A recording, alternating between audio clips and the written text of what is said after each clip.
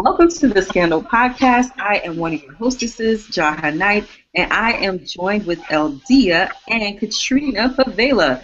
And for some reason, my headphones aren't. My thing isn't in. Oh, y'all are not being good hostesses over here. Hi. Hi, everyone. Hi, everybody. I thought you were just doing a general introduction. You didn't throw it over to us to do our little shtick, our song and dance. Now it's my fault because they was distracted with nonsense and shenanigans. Did you tweet the podcast link? I did no such thing. I have been working. We are ill prepared today, you all, because clearly Katrina and LD are distracted as well as myself. No, I'm trying to I would like to tweet it. It didn't for some reason when I. Oh, here it is. Well, let's see. This won't let me retweet my own tweet. So last night's episode of Scandal was Inside the Bubble. Bubble, bubblicious. Now I don't know what inside the bubble means, but you did say that you were going to tell us what it meant. Go right ahead. Yes. Well, isn't that a question that we get to? How does the title reflect? Yeah. Let's mix it up and go with that one first. All right. Yeah. Let's mix it up and go with that one. Well, you heard Cyrus actually say the name of the episode. He said it to David. I know that look. You're inside the bubble, right? Inside the bubble of the White House, not just of the White House, specifically of Fitz's world. Inside that company of trust, of policy, where clearly Cyrus is. So it refers to that, but also you got to see other types of bubbles and who was inside those bubbles and who was not. Chiefly in the end, when Abby comes to Fitz's to the Oval Office and he apologizes to her and they sit down and they have scotch, which in honor of Abby and Fitz tonight, I got a little. We're having a drink for them. I have a little whiskey here because Scotch is just whiskey. It's Scottish whiskey. This is Irish whiskey, however, but it's got a little bit of ginger wine in it for Miss Abby. Oh, nice! And her ginger. An ode to the gladiators right there. Yeah, that's right. I'm trying. The first episode we watched, we had my very special red wine that I know Olivia drinks. Anyway. So we saw Abby finally get inside the bubble, right, with Fitz. She asserted her name, they sat down. But what was great about that end scene is that, well, not end scene, but about that scene is that they were each on the outside of Olivia's bubble. But Fitz presumed that Abby, as Olivia's friend, knows about her, so he was asking, how's Liv? And it was awkward because Abby doesn't know. She's outside the bubble. Their friendship is in a weird place right now. But in a weird place. What you think is weird about that place? No, I think. Well, I don't say weird place. They're in a kind of combative and standoffish place. But I think their friendship is clearly a major part of the season and how they're gonna work through these issues and. All the feelings Abby had about Olivia kind of abandoning them and leaving and going off and doing her own thing. And I don't think Abby fully understands what Olivia was going through and why she had to leave. But now that she is going to be in Fitz's confidence inside Fitz's bubble, this means she's in the Olitz bubble. And so she's going to get back into Olivia's bubble. And this is so funny because last week sometime, I was having a private Scandal chat with one of my friends, and I said, oh, I really want Abby, now that she's working at the White House, she gets to know Fitz, she'll be able to talk to Olivia so that Olivia has a friend that she can express these things to instead of fucking Jake and fucking the pain away. She could talk to Abby about Fitz. And now I feel like, oh my God, it can happen. It can happen. Abby's inside the bubble. Now it's just a hop, skip, and jump to Olivia's bubble. I don't agree with that. I don't think that's going to happen. What do you think, LD? I don't think they're going to like sit down and have like a kumbaya chat, but I do think Abby's going to be able to understand Olivia Bird. Oh, yeah. You're in a delay. I'm liking the character dynamics that we're getting this year. I don't feel like in previous years we got a lot of that. It was a lot of more like one-on-one.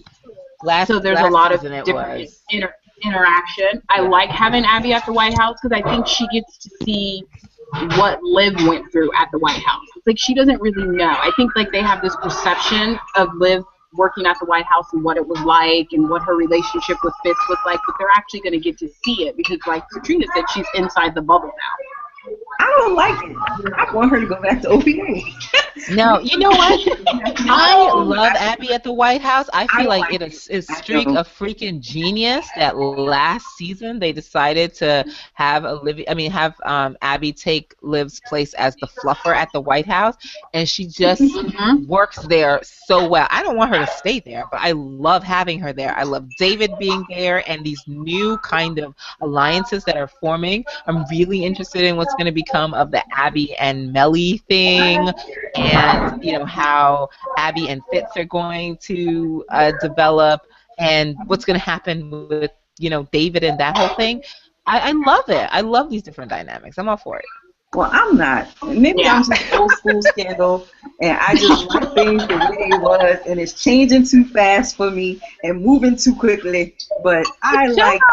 She's not gonna stay there for I know she's not gonna stay there, but I'm just saying. I don't like it. I don't like the way that they're acting towards each other. I just don't enjoy it. I feel like Olivia. Who, Abby and Liv? Yes, I just don't like it. It makes me uncomfortable. I feel uncomfortable. That's not always a bad thing. Sometimes things are just really uncomfortable. What makes it uncomfortable for you? It makes me uncomfortable because I really want her to just have Abby as her friend. She was the only person that really was that kind of confidant for her. And but here's go ahead. Got closer and closer and closer, and then you see it just being ripped apart. And I don't like that. And I thought that things were going to be different when she got back, because when they had that opening scene and Quinn was there, 2 episodes ago, and Quinn was trying to connect them back together. I thought that at some point they would get this back together before episode 3, but I can't. Apparently, Shonda's trying to make it work for it. So, whatever. Yeah. Okay, but I was actually going to ask Katrina a question, because I thought about it when I was watching the show. Have they rewritten Abby and Liv's history? Because last night we were given the impression that they knew each other since college. I never got that impression law before. school. It was my impression that Liv met Abby post law school. Like she knew Cyrus, and then it was my understanding she met Abby in Washington before she became the fixer, but post law school.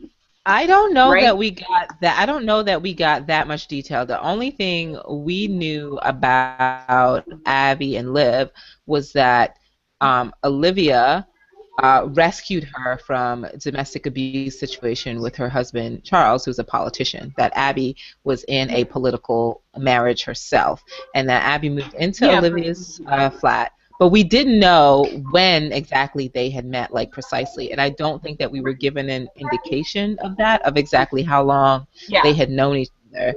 Just that they had known each other for a time. We didn't know exactly what their relationship was. So I can't recall any specific. Would you have known Abby was in an arranged marriage, though? We knew she was in an arranged marriage. You know what I mean? No. We know that because she told us that back in I think it was. Would Liv have known? Like when Abby announced it last year, I was given the impression that nobody knew her marriage was arranged. Like no one knew. That was the impression I got. I don't know that Olivia knew that either. But but clearly Abby, they were good enough friends that Abby confided in her in that marriage, or that Olivia saw what she was going through and went and busted Charles's kneecaps to get her out of that situation. Love some violence. So I really want to get a flashback. I want to see Liv with a tire iron and just. I want that hair to be. We probably will. I whip my hair back and forth. To your point, like this. To your point, I wanted to say, you know how you said, "Oh, I just want Abby and Liv to be friends," because they have been confidants. Actually, Abby and Olivia have had a really combative relationship. I know. Since OPA came until last season, and I loved the shift. Me too. I loved it. Right, but Abby was completely there for Olivia, and then with all of that, Olivia absconded. So I think Abby was like, look, I have taken a lot of shit. She's confronted, but Abby was betrayed by Olivia with that whole spying thing with David and all of that stuff. So I'm just saying, consider how Abby feels that after all of that, she goes, well, there is your problem. You need to admit that. And I really wish other people would just admit that too. Like, I just don't want to understand. I just don't want to. No, shit, I'm going into my After Dark stuff. Let me stop. Okay, yeah. Let's save it. Yeah, save the After Dark. Okay, what were your 3 favorite moments of the episode? I'm going to get mine out because y'all be talking all over me. That poor last episode, I was just like, they ain't never let me say nothing. I think I said, my name is Jaha Knight, and that was all I said in the episode. Then people was tweeting, I'm going to go last. You're the moderator. You got to jump in there. Y'all love the episode? I said nothing. Oh, did y'all just want me to be quiet and ask questions? I felt a little verklempt. No, I didn't feel no kind of way. I loved it. But so one of my favorite moments on the episode, and if you are joining us live, which we have a few viewers now, if you're joining us live, there's a question and answer app there that you can answer the question with us. What were your favorite moments of last night's episode? Or you can tweet me at Scandal Podcast, and we'll read them out on air. So one of my favorite moments last night was Sai in that room with old boy. I was like, yes! It made me wonder, I'm in the wrong profession? Like, how much money did he get? Like, that is true. That was a lot of money, wasn't it? I'm living my life too honest. Because I was kind of upset that I didn't get a little bit of that money. I'm watching you. I should. Yeah, that was a lot. I mean, this is some voyeurism going on. I should be able to. Yeah, I don't know what they were doing in that room because that was a lot of money. I know that's right. One of my moments, and then the moment with Quinn and and Charlie. Oh, love that. When she threw him on that floor and was like, I'm about to show you ain't about to play these games with me. Eat your little chocolates, boo-boo. Eat your little chocolates. So I love that. I didn't like at the end when she kind of gave him the kiss because they would have had sex if, I think Quinn is just excited by the adrenaline of, And the third moment was someone paying attention to her. Yeah, I know that's right. Actually, it's a toss-up between when Abby was trying to help Melly, and then the other one would be with Quinn when she was gone for 24 hours and didn't even realize she wasn't there. I was like, that's effed up. That was really effed up. So those are my 3 moments. What about y'all? Eldia. Eldia, what were your 3 moments? Eldia is super distracted. We about to kick Eldia out. Oh, Eldia. She's paying us no attention. I'm like, is she paying attention? Okay, I was like, favorite moments. My 3 favorite moments. What I did like the Quinn and Charlie scene. I'm really liking Quinn this season. I remember before I said I didn't like her and Huck, but I'm really liking her by herself. So that was one of my favorite scenes. I actually liked the scene with her and Liv and Huck when she called them out on that. She was like, when one of us goes missing, we effing notice. Like, really? Like, no one noticed that I was missing for 24 hours? And Liv gave her a look. Like, you did not just talk to me like that. That was one of my favorite ones. And then my other favorite scene was the scene with Melly. When they called her and she was like, really, you took this away from me? And she had that look again, like I had everything and you took it away from me. Wait, who took what away from her? In that scene. Hold on, who took what away from her? When they came in and said that they already had. No, I said she had that look, like she was excited about something for the first time, and then when they came in and were like, oh, we already have, the footage, and she just kind of looks like very, like, okay, now. Okay, so I like the acting that we did in that. Yeah, she looked like she felt superfluous. I'm sorry, not superfluous. Ornamental and not functional. Well, no, not even that. Not even that she was ornamental and not functional. That there's something about Mellie's trying to find her place, and like, I'm really, if I am wrong, I really don't care. Like, I make predictions because of what the narrative like gives me, and like I said, like last year in late October, that I have a strong feeling that Mellie's going to be the one that's going to realize she needs a divorce, because through finding her place in the world, that it's not with Fitz, it's not being First Lady, because the First Lady role, and this goes back to the look that was on her face, she's not accomplishing what it is that she wants. And didn't I say that Mellie is going to find her way via some kind of cause that she cares about? And she was a little late on this one, but she's going to find the right thing eventually and get it together. And Mellie 2.0 or is going to emerge. And I don't think it's going to look like radically different from Mellie 1.0, frankly. But it's going to be a Mellie that has a more renewed sense of purpose. Someone who doesn't feel like she has to sublimate herself as ornamental, in a relationship or in a role. So, yeah. Eldia, what was your other one? Eldia? Eldia? Yeah, she's like, that was it. Did you do your third one? Was that all of them? That was it. Those were my three. Okay. Yeah, that was my three. I guess we all have the same fave with Quinn and the gladiators when she called them out, because I love that moment too. Because I thought, yeah, especially after she had just been with Charlie and basically called Liv and Huck and Abby and Jake for some reason her people, essentially. Yeah. And person and people, I think, is Shonda Rhimes' language. That's the thing. You say you don't understand why she called old boy. So, but when she had nowhere to go, that's where she went. She found with them, so. No. I know that, but I don't know. I still feel like their relationship is just kind of weird, and that's probably just like my anti-Jake vibes, stanking up that whole thing, and I accept that. But yeah, so she had every right to call them out. But so my other two favorite scenes were the one where the one where Fitz is in the Oval Office and he's really mad about the gun control thing, and David comes in and he's like, we're going to lose, and he articulates the fact that, look, his presidency has to mean something. He has to accomplish something, because if he can't get to be that soccer dad in Vermont, if the life that he really wants isn't going to be, then he's got to make something of this one that he has in this presidency. And I just loved hearing him say that as a Fitz fan, and also from like an Ola's perspective. So, and the last one it's a toss-up between the Abby and Fitz scene and the scene with Olivia at Jake's door, just because I love the direction, the way it was shot, because it lent so much meaning to the scene. These people are obscured. You're only seeing them through a narrow, like, sliver of space. You see Olivia's face, you see Jake's face, because that's all they are to each other, right? They only have access to parts of one another.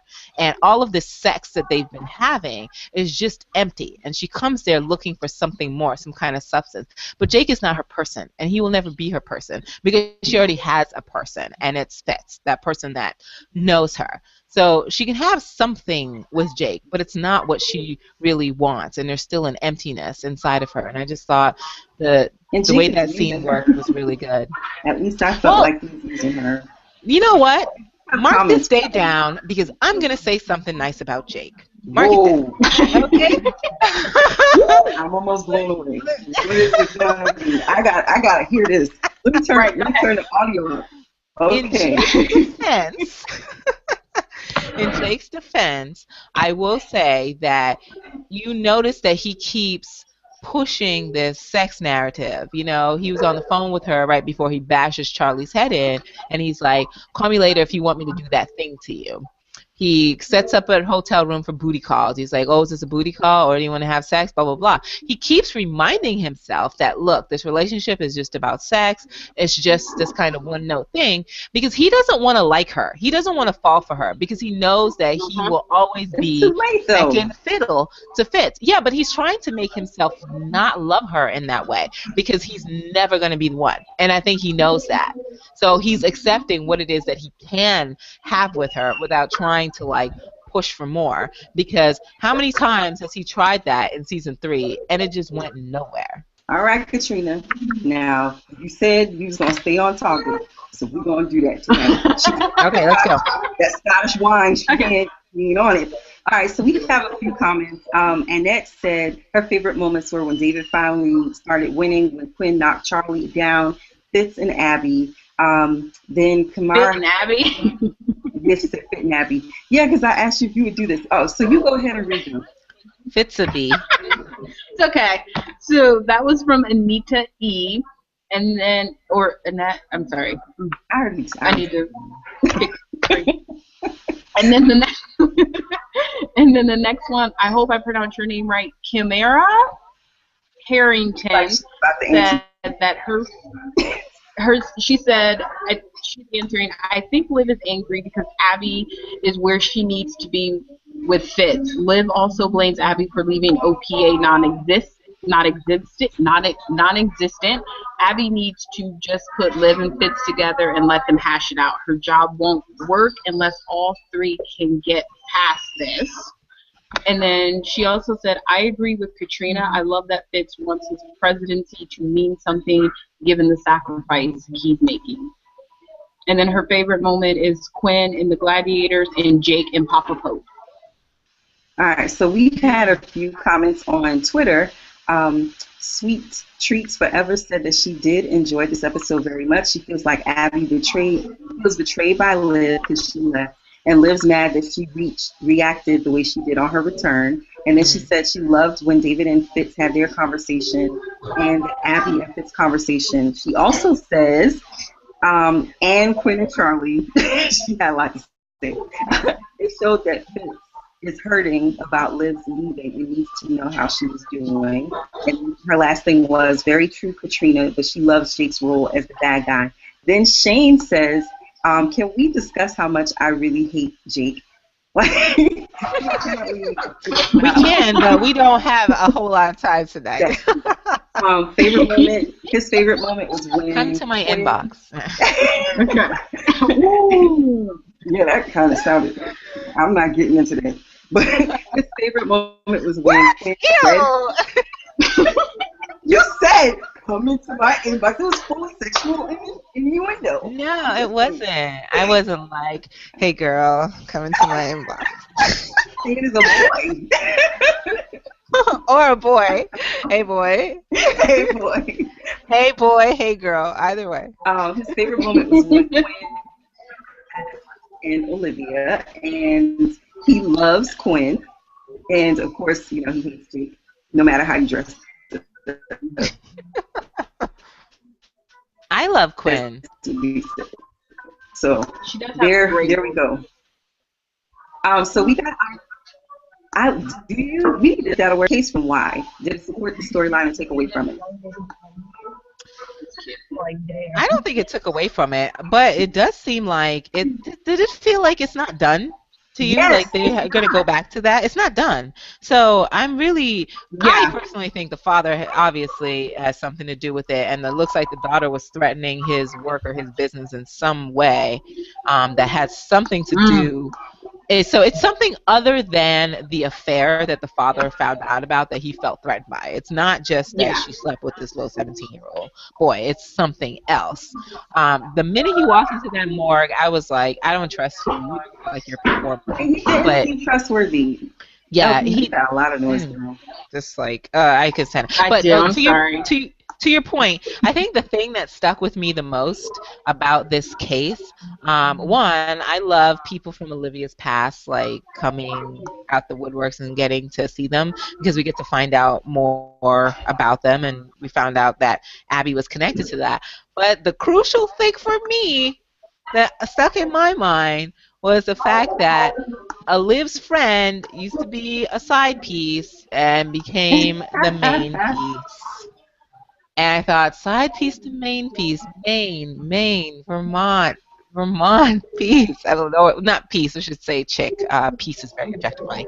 Chick. So I thought, very interesting. So they threw that little nugget in there to be like, this is not an impossible situation. These things do happen. And I know from real life that these things do happen, that people do meet married people, they fall in love, and they end up in long-term relationships with the formerly married person.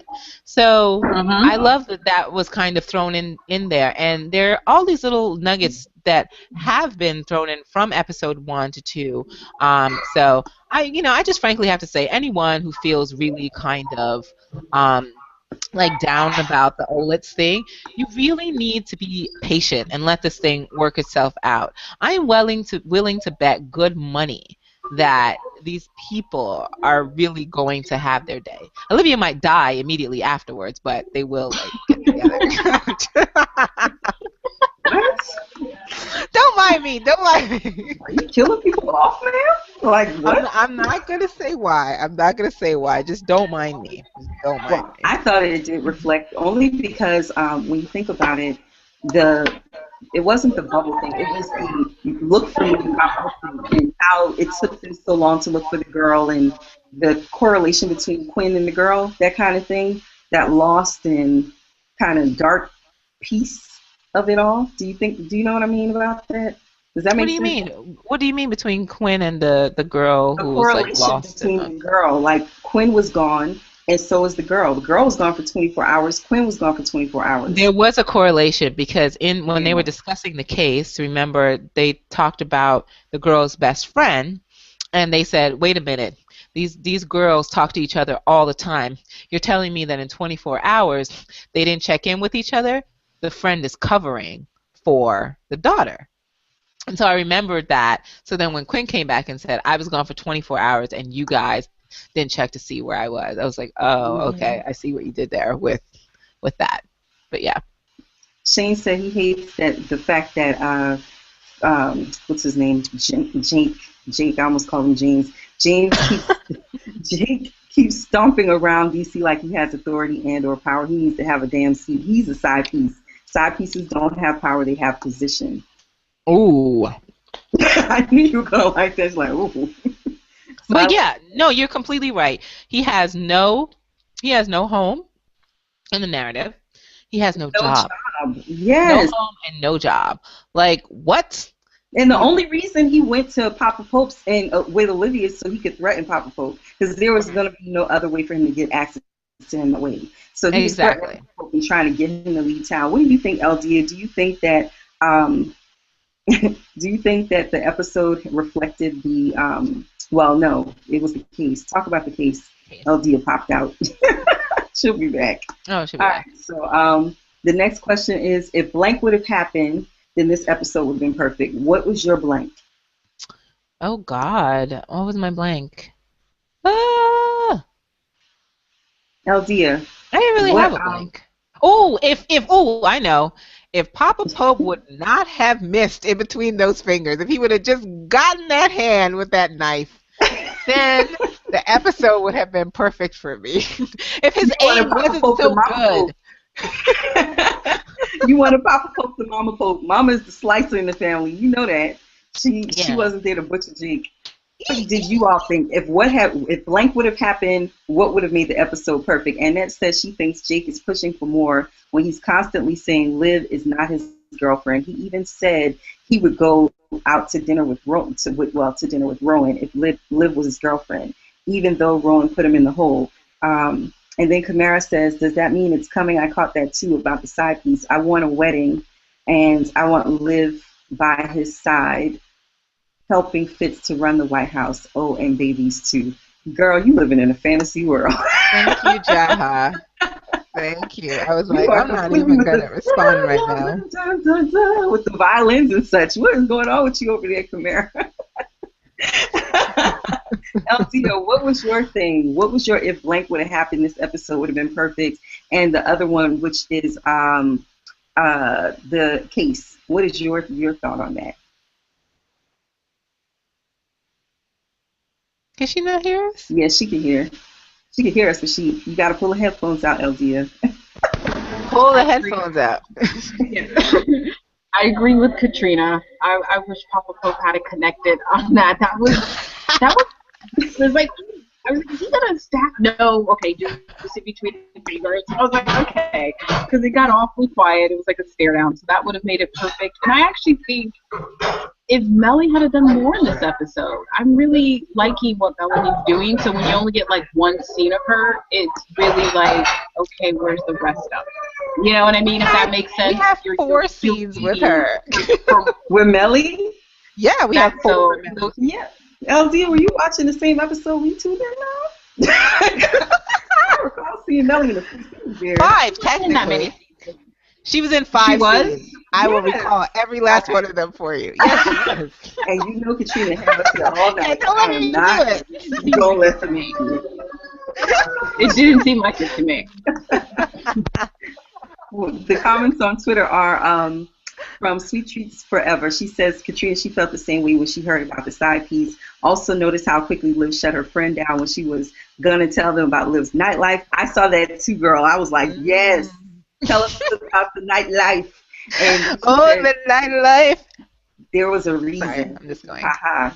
So, and if you all have any questions and you're just tuning into the Scandal podcast, you can click the little app on the right and answer any of the questions we throw out so that we can have that interaction and read all that information on air. I'm not a good reader. I'm a good writer.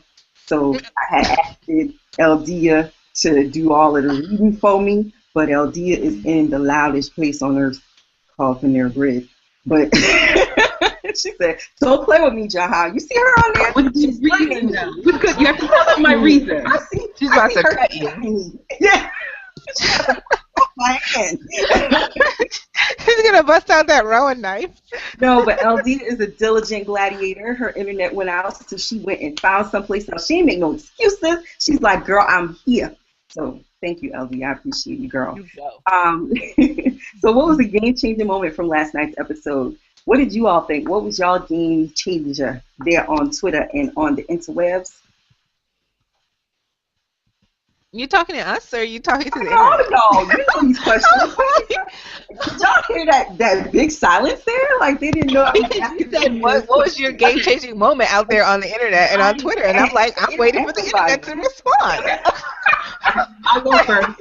Since I have all the noise, I'll go first. My game-changing moment was confronting Papa Pope. Because we all know that Joe Morton, who plays Papa Pope, is not going to be on the show for a full season. Oh, yes. So that's something that's going to happen there. And there's speculation that Scott Foley may not make it the whole year. That's probably wishful thinking on the fans' part, but we definitely know Joe isn't going to be around, so I think that was the game changer. I am tired of it back to the forefront. Eldia is so good with telling us somebody about to die, somebody breaking up. Bringing the reality into our lives. I just want to watch it and say yes. And when Papa Pope dies, I want to be surprised. Damn it! I don't want it to be logic. Like, oh, yeah, well, this episode.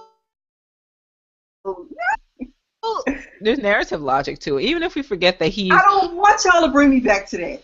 No, I'm not bringing you back to all. Well, just picture this. Actually, he may not die. Maybe, because I think pictures were leaked from Instagram. Someone who took a picture of a coffin lying in state with an American flag draped over it. Looks like it's in the congressional, in Congress, like that same kind of sunburst seal that we saw Olivia and Fitz pass through in episode 1. We don't know who that is. It could be Rowan, but if he is somebody who is in the underbelly of the United States government, why would he be getting a funeral like that in full public view if we're not supposed to know about him? If he's supposed to be to work at the Smithsonian, right? A curator of antiquities. Why would a curator of antiquities to the world be getting a funeral like that? I don't know that is him. And I also don't know that Shonda is going to kill him in that way. But like I said, I've been saying for a while, since episode 302 actually, that in order for Olivia to live, Rowan needs to die, or she at least needs to depose Rowan in some kind of symbolic way. So whether he leaves or whatever, he needs to not be around in order for Olivia to live. So I'm all for him going. I don't think it's going to be Mellie either. The other thing, no, it's not going to be Mellie. You never know, because look, she was already talking about if she were to jump and what would happen, and she was too adamant about not dying. I think it might be Mellie. Let's throw it out there and see if it slides down the wall or if it sticks. Don't kill me now, because I don't want no torches. I've really been like racking my brain about like who it is. I'm like, besides Rowan, like I know it's not going to be Jake. His ass is going to be there, unfortunately. Although I really wouldn't mind if he died. Really wouldn't. Clearly, you and Shane are on the same page. Y'all are really not. Y'all ain't putting that life for Jake after scandal thing. Y'all just really want him to die. All right. So a few of the game changers on Twitter are, Game Changer for Sweets Forever says the moment was knowing exactly how Fitz felt. You could see the desperation in his face when he asked Abby about Olivia. Shane says Jake the Snake from State Farm is as good as gone. He needs to find his bridge over troubled water. It's coming. And then he says his game changer is with Papa Pope and Jake from Snake Farm. committed to killing each other. Papa won't die. He'll be reoccurring. And Sweet Treats Forever says, my blank is if Quinn had told Liv where she was and why, then Liv would have known or suspected her dead. And then we have another one. It says if Fitz had come to Mellie's rescue when she bombed in that meeting instead of Gabby. Why are you calling her Gabby? I know she's my ride or die. Now, you know what I did? Fitz looked like he didn't know what to do. He looked so stunned. Like he didn't know how to react to the fact that, because he didn't see it coming, because they wouldn't let Abby tell them what was going on. He literally didn't know why he was in that meeting or what she was doing. Well, so this goes back to, let me say this really quickly. I thought that was interesting. Fitz did look kind of like dumb truck. Like, one, I don't even know what's going on here, and two, I feel really bad for you, like what's happening. He had like a lot of sympathy for her, and he looks at her in that way, and I felt like Mellie didn't want to be looked at in that way, because I said it was like he's been treating her like a child, like an invalid almost, give her what she wants, whatever she wants, and that might partly be out of guilt and out of a sense of responsibility to her for what his father did, or a sense of responsibility of he needs to get it the fuck together and like deal with his family and his his situation. But it was also pity, Katrina. It was pity. No. That's what. No. I meant. I didn't mean him getting it together was for that moment. I meant in general that he's been treating her, I feel like, almost like an invalid and child out of pity. And I neglected to say pity.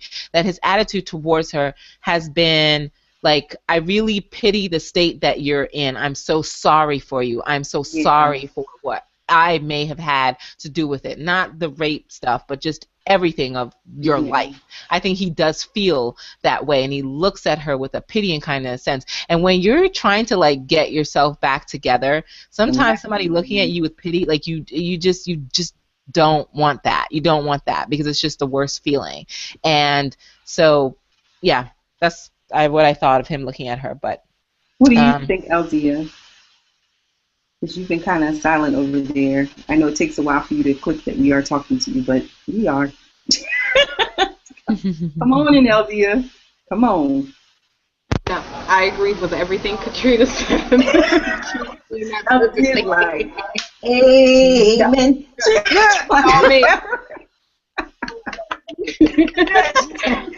I ran into the first one. I'm going to let Katrina go on this one. Now, Spectin Script is saying some things, and I wish Katrina... Hey, girl! Yeah, because I can't read very well. I'm a little tired. But she says she may need a shrink for that, though. Jake versus Rowan, somebody fitting to die between the two of them. Abby finally getting recognized for her work in correcting Fitz. That was great. She said that was something. David finally winning, then losing. She said he finally loses. I know, always finally finding some kind of footing. interesting that is he and not Abby now working for the White House, but not as a unit. That's true. Quinn finally spoke to how self-involved everyone at OVA can be. Correct. How could she be gone for 24 hours and no one knows? And that's what I said. I was like, y'all seriously didn't notice that this girl was gone? It was messed up. Self-involved. And here we go. Shane says, Mellie is more likely to be hurt badly, but she is not going to die. He's still talking about Jake. Or Mellie, in truth, she is super depressed. See? Other people believe it. See, I'm just saying. And then Shane says, Katrina, I think you are wrong about Mellie. She wants Fitz to rescue her. In her own words, he wants to show. Oh, she wants Fitz to show up. So yeah, Fitz has already shown up. I completely disagree with you there. I don't think Mellie. The whole point of Mellie cannot be rescued by Fitz as a way for her moving forward.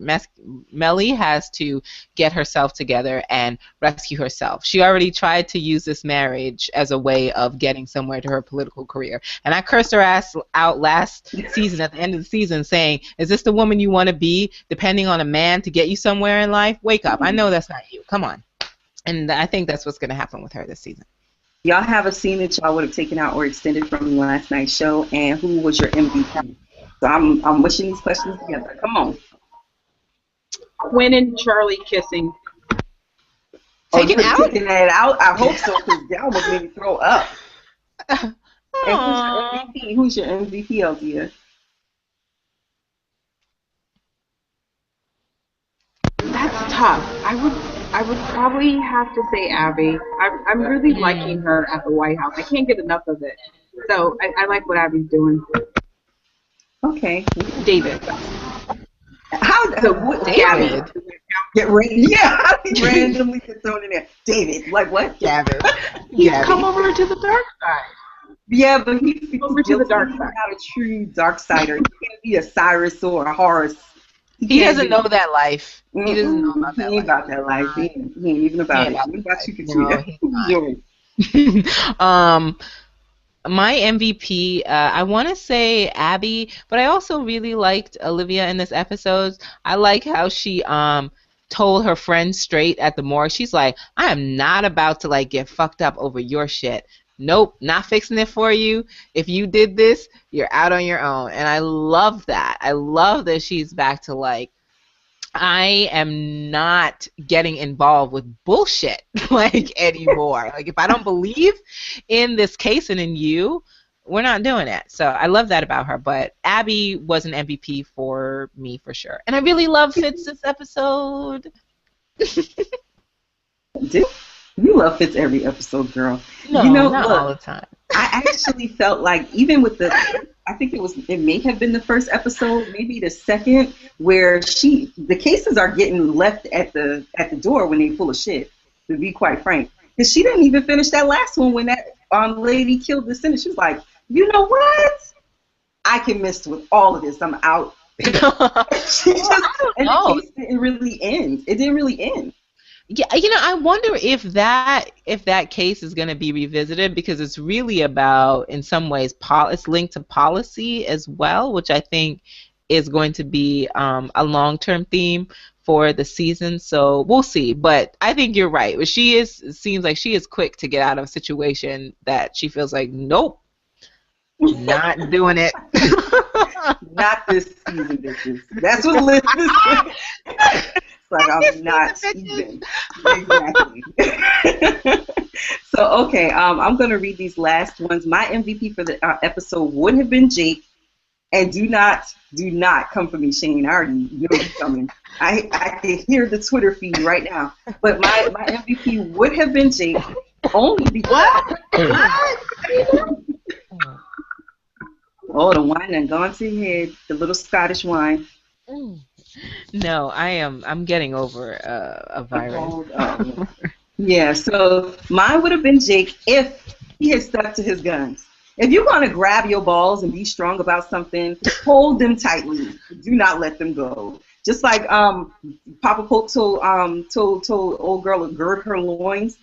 Guard yourself. Hold your balls. If you could go out here and say, I'm not coming because you're not my girlfriend, blah, blah, blah, blah, blah, blah, blah, then stand by it. Don't be a bitch at the end, and now you got a vagina opening up to the right. Oh, stop it. No. We're not using vagina I'm sorry. Iconography for weakness. No, we're not. I'm not saying as a weakness, but if you about to just open your legs and just get effed, I'm just saying that's the You don't need analogy. a vagina to get fucked. That's the analogy. Oh. Hey, I know you don't need one. As we saw in the one, but with Cyrus and his boo thing. Oh, that is also true. Can I just say that was some ratchet ass language at the bar when they were talking? Like, Scandal is so nasty, and I really, really love it. And the guy, because Mike was all like, "You're thirsty, but you don't want to drink." I can give you something more pleasurable. I'm just trying to enlighten the world about the pussy with the B. That's what that is called, but I've heard it before. I know it's called that. I just wanted to share. So, but yeah, I'm just saying. All right, so MVP, I'm going to go down this really quickly. Annette says her MVP was Abby, taking care of Melly and standing up for herself with Liv and Fitz. Then she says the episode would have been perfect if Liv didn't shut Abby out. Look, Abby started this war. I feel like Abby started this war of coldness. So don't be blaming Liv. I'm just saying, don't be blaming Liv. Liv left, yes, but she had to. She felt like it was needed. So Abby needs to get over herself and take her little red head and sit down somewhere. The MVP was Quinn. Kamara says her MVP was Quinn telling OPA off. Yes, she did her thing. She grabbed them ovaries. She did a good job. She did a good job. I was proud of her. And then she says when Fitz asked Abby about Liv and Jake and Papa Pope, and she says the funeral is that judge that shot himself. Maybe because, that is true.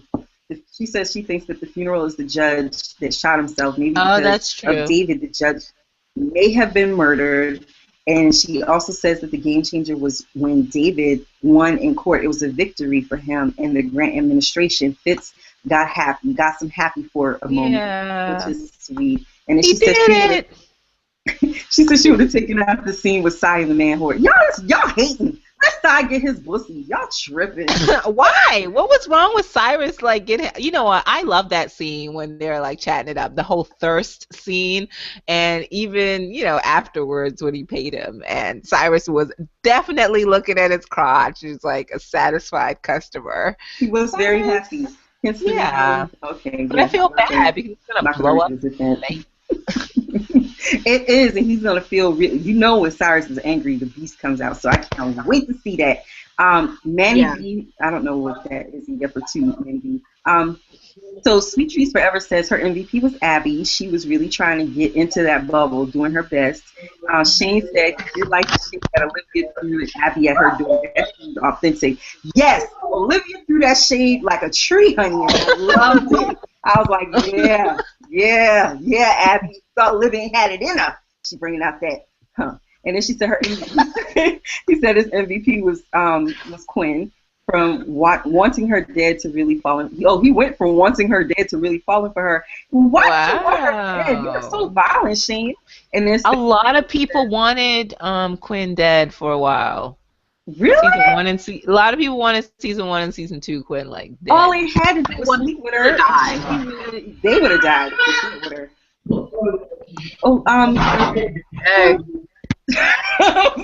Wait a minute. What? Okay, what did you have to say, LD? Because we're about to jump off. I was just going to say, I agree with everything you guys are saying. I'm so sorry that I'm having this about me. That's so bad. I promise. I'm going to bring it next time. But I agree with everything Katrina said. I agree with a lot of points that you made, but the Quinn wanting to be dead, a lot of people, they would have killed her. You are some violent Tumblrites. It must be Tumblr. Hey, it's not Tumblr. It's water dead. I didn't want the poor child dead. Jesus, y'all just killing folks off. Just shoot her in the head. No, I've always liked Quinn. You can hear what you're talking about. I've always liked Quinn.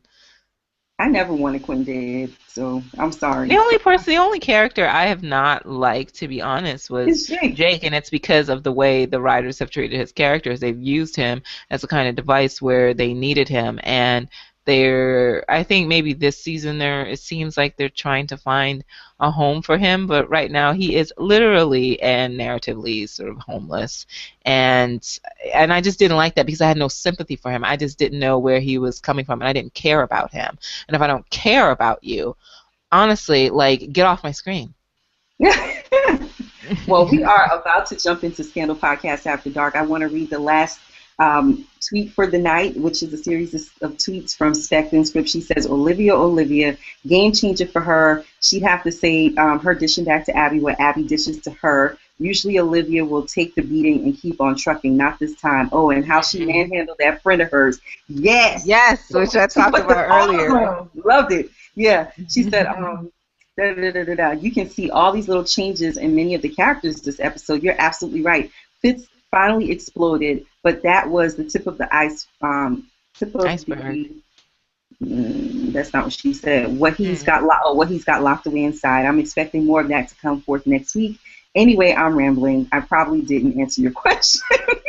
Well, thank you, Spec the Script, for joining us anyhow, even if you didn't answer the question. So thank you all for tuning into the Scandal Fan Podcast. We are going into Scandal After Dark. So if you are one of the supporters of our Patreon campaign, which is dramaqueenbooks.com/support, join us there.